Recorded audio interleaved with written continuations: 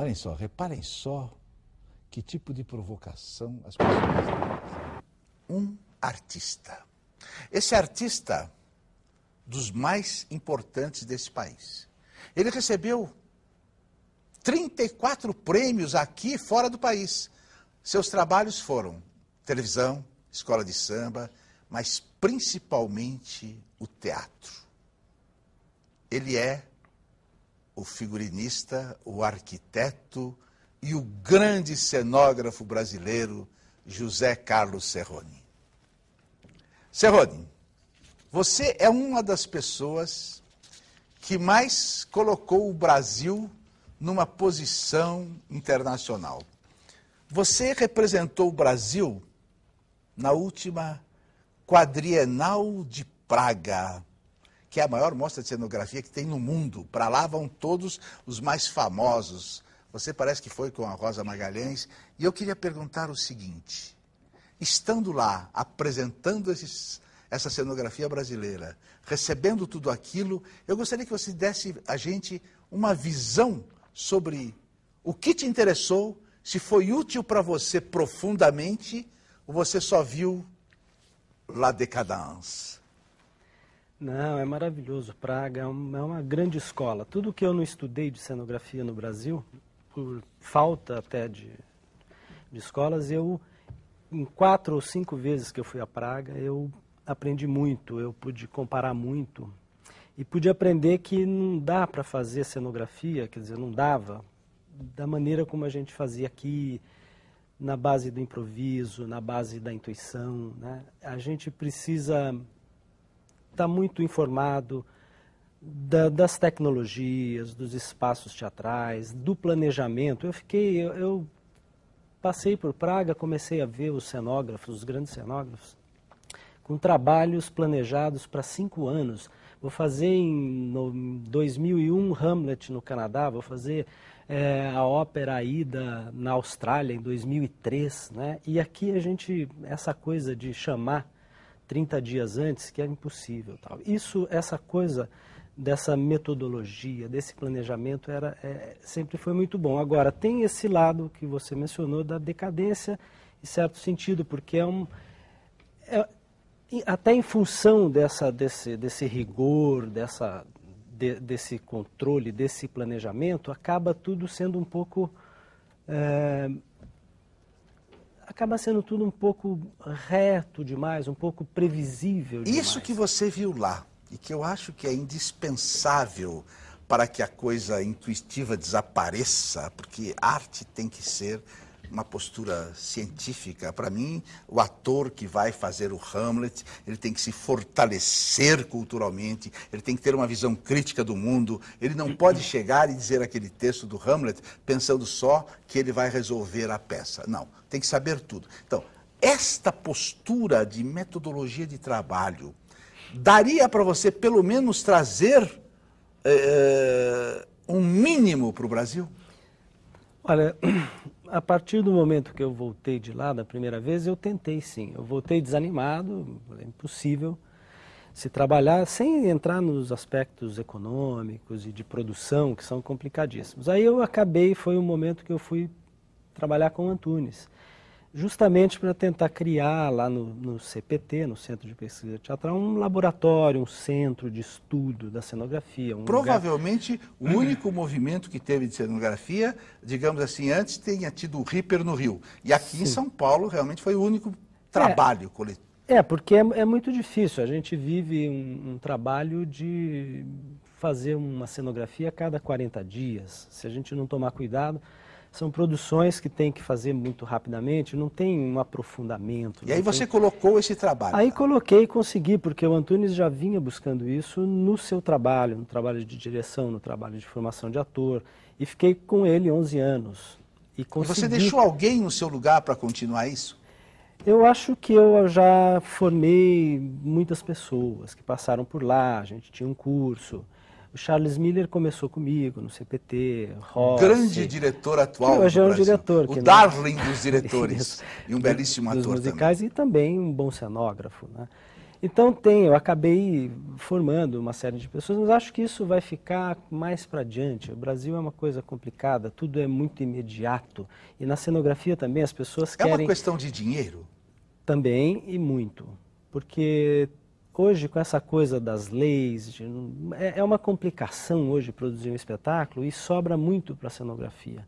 Né? E hoje a cenografia acaba saindo o preço de um apartamento, quer dizer, hoje tudo tem assistente, não sei o que, produtor disso, consultor não sei do que, consultor de moda, está tudo difícil e acaba se investindo muito na divulgação, na publicidade, na mídia, o que também é necessário, mas quem está lá no fim? Cenografia, figurino, as verbas são restritas, são pequenas, a gente sofre muito com os teatros. Nossos teatros são meio mal preparados para a cenografia. Por isso que talvez tenha Você tentou ajudar isso na Funarte, nos teatros do Brasil, né? Eu fiz, dei muita consultoria pelo Brasil todo, tentando corrigir. Afinal, você se considera um culpado das coisas que acontecem na cenografia brasileira ou um dos bons responsáveis pela boa cenografia brasileira? Também um pouco, porque talvez eu seja um apaixonado por isso e queira mexer, fazer...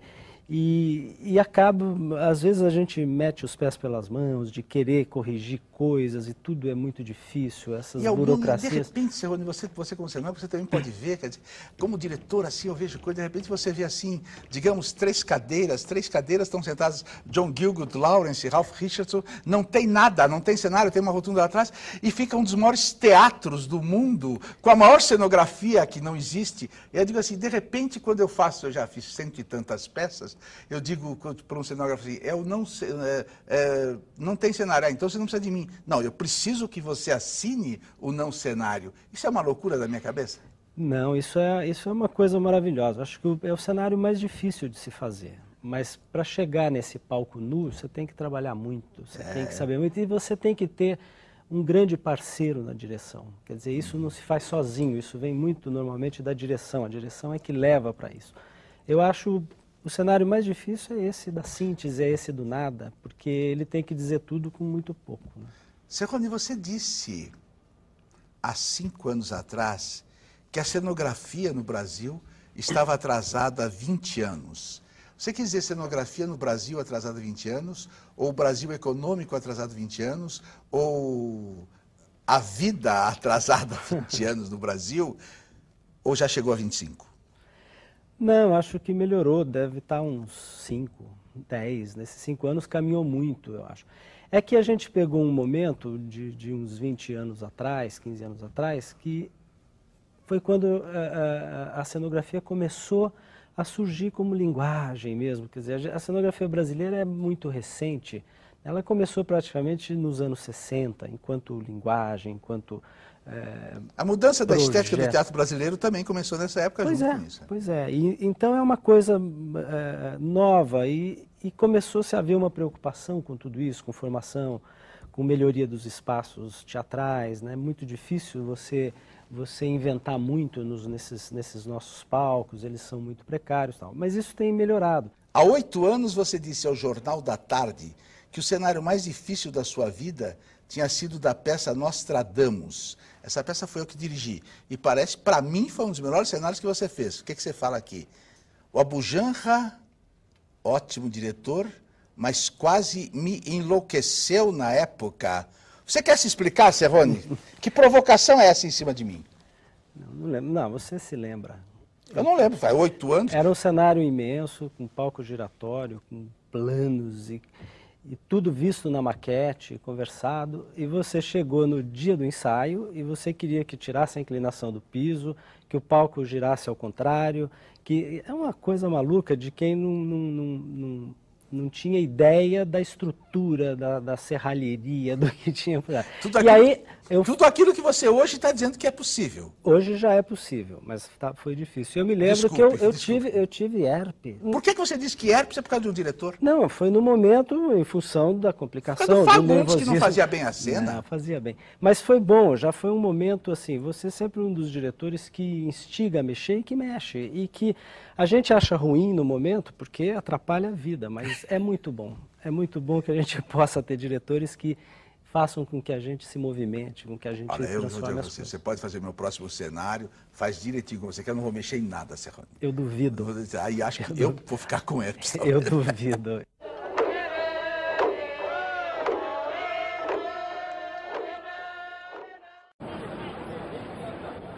Eu não invejo a vastidão do mundo.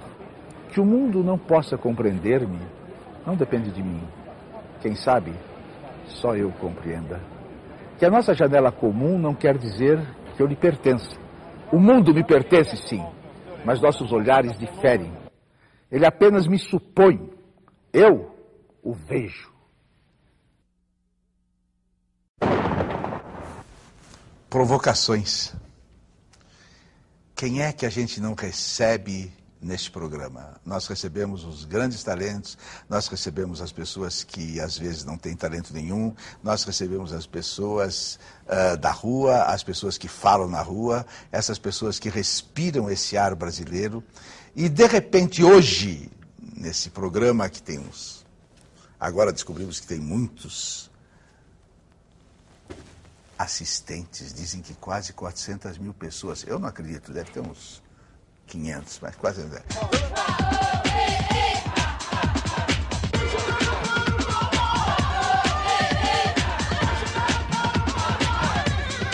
É sempre no passado aquele orgasmo, é sempre no presente aquele duplo, é sempre no futuro aquele pânico.